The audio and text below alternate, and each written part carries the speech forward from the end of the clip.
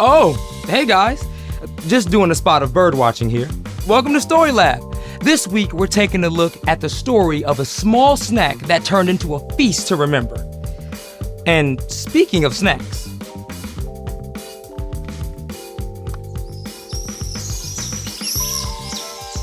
Oh, that's so pretty.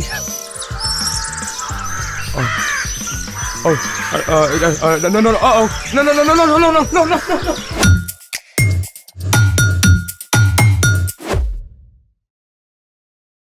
Hey guys, welcome to Story Lab. I'm Carter. And I'm Zeke. This month we're talking about how everything we have is a gift from God. So we can give freely to others. Special delivery for Carter. It's here! Carter?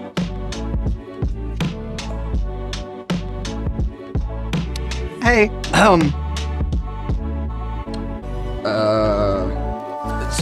so today, hey, watch this. Oh, this is pretty easy. Let's go higher. What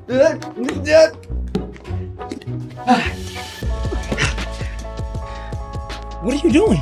You left me hanging here. Sorry, man. Look, I'm just so excited about this gift that I ordered for my little cousin. Well, let's see.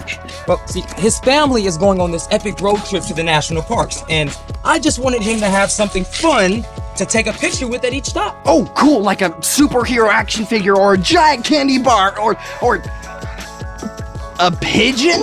A pigeon. You mean a rat of the sky?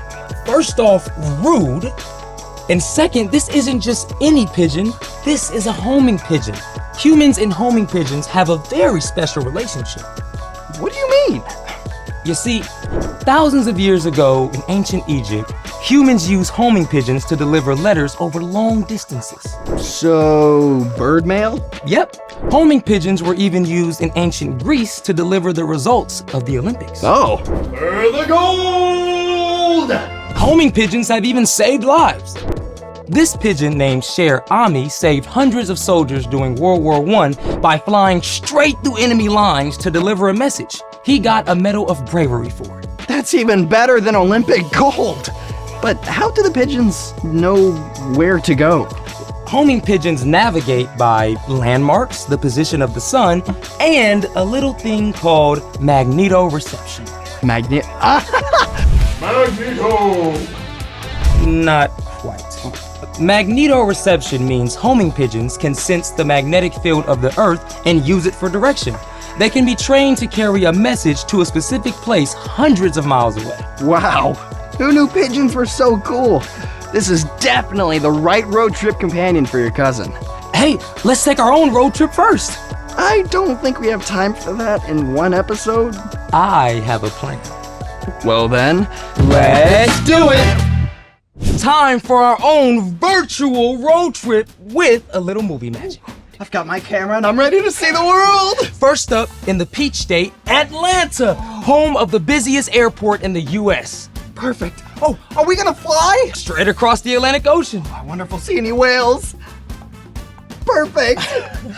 That's the Berlin Cathedral in Germany. Oh, guten Morgen, mein Freund. Perfect. Oh, I know this one. It's Timbuktu in Mali. The Sahara. Oh, architecture is super cool. Perfect. Oh, that's the famous Lotus Pond in Taiwan. Oh, so much to see. Amazing. Oh, man. Who knew a gifted pigeon could make such a cool and fun side quest? Speaking of giving, it's time for... The story before the story. Today, we're in the book of 1 Kings, which picks up right where 2 Samuel leaves off, at the end of King David's life. Everything had started off great with the glorious reign of David's son, King Solomon. But toward the end of Solomon's life, things began to fall apart. A short time later, the kingdom split in two. After that, most of the kings who ruled God's people were kind of terrible. And King Ahab was one of the worst. He led the people far from God. So God raised up a prophet named Elijah. Elijah warned that because Ahab had turned away from God, the land would experience a time of no rain. Which is where our story starts. Take it away. Hey everybody, I'm Brian, and I gotta set the scene for today's epic story. See, King Ahab had been an absolute train wreck for Israel, leading the people to worship the false god Baal. But then Elijah showed up to confront him. I serve the Lord. He is the God of Israel. You can be sure that there won't be any dew or rain on the whole land during the next few years. It won't come until I say so. You impertinent knave. As you can imagine, Ahab was not happy with Elijah. The false god Baal was supposed to control the weather, and when all the rain stopped, it meant that the one true God was more powerful than Baal. Elijah needed to escape from Ahab's anger, so God sent Elijah east to hide in a place called the Kerith Valley. God said, "You will drink water from the brook. I have directed some ravens to supply you with food." So during the time of no rain, Elijah drank from the stream and received his food from a flock of ravens every morning and every evening. You might call his meal delivery service Bird Dash. But meanwhile, outside Elijah's hidden valley, the land was in trouble. With no rain, wells began to dry up, the crops failed, life was hard for everyone, but especially for a widow in the town of Zarephath. Gather sticks and fan the flame. Bread's all gone. Who's to blame? Now, at this time, if a woman's husband died, she had no way to support herself or her children, and during a time of famine, survival was nearly impossible. I mean, this widow was in desperate trouble. The drought was so bad that even Elijah's brook finally dried up. God told him, "Go right away to Zarephath. I have directed a widow there to supply you with food." Okay, now if I was Elijah, I would have a lot of questions. First off, Zarephath was in enemy territory. Second, Zarephath was about 85 miles away. And third, as we've seen, a widow would be the last person to have extra food to share. But Elijah trusted God, and he made the long, hot journey. And when Elijah arrived, he found the widow gathering sticks for firewood. I've been traveling for days, and I'm so thirsty. Would you bring me a little water? Well, yes. All right. As the widow started to leave, Elijah called out. Please bring me a piece of bread, too. Now, we know the widow had almost nothing. This was a big ask. I don't have any bread. All I have is a small amount of flour and a little oil. I'm gathering sticks to take home for a fire. Then I'll make one last meal for me and my son. And after that, well... The widow had no way to get more flour or more oil, so she and her son had no chance of survival. But Elijah knew what God had told him. Don't be afraid. Go home and make some bread. Bring me a small loaf, and then you and your son eat the rest.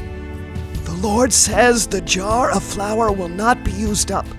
The jug will always have oil in it until the day the Lord sends rain. We don't know what the widow thought about this.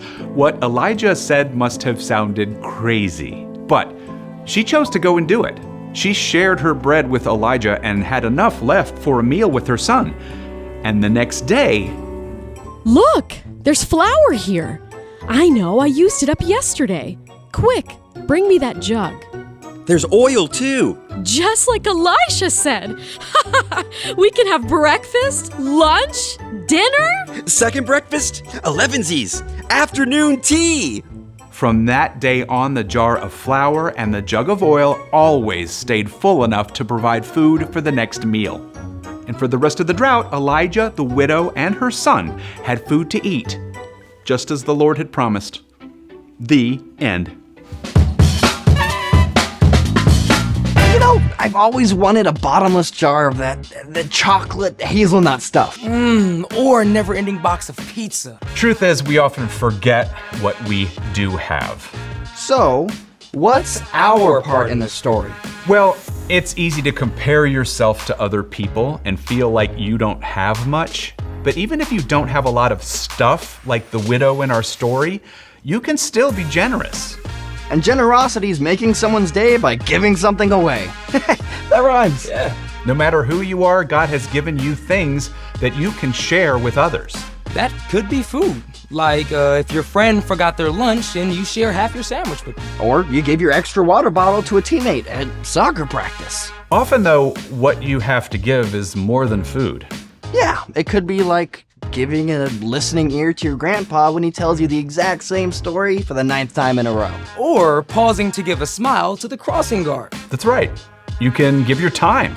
Your energy. Your encouraging words. Even your good attitude. Jesus showed us amazing ways to give. He was constantly traveling and hardly owned anything, but he always had kindness and help to offer the people around him. No matter who you are or what's going on, God has given you something that you can share with others. Hey Brian, thanks for giving us your time. You are most welcome. See you next time. So, here's the thing. You always have something to give. Hey, you want to help me arrange the photos from our trip? You know it. Georgia is first. Okay. Was Taiwan before or after Germany? Thanks for joining us in the story lab. See you next time. I think Germany was first. Or was it after? See, I can't take you seriously like that.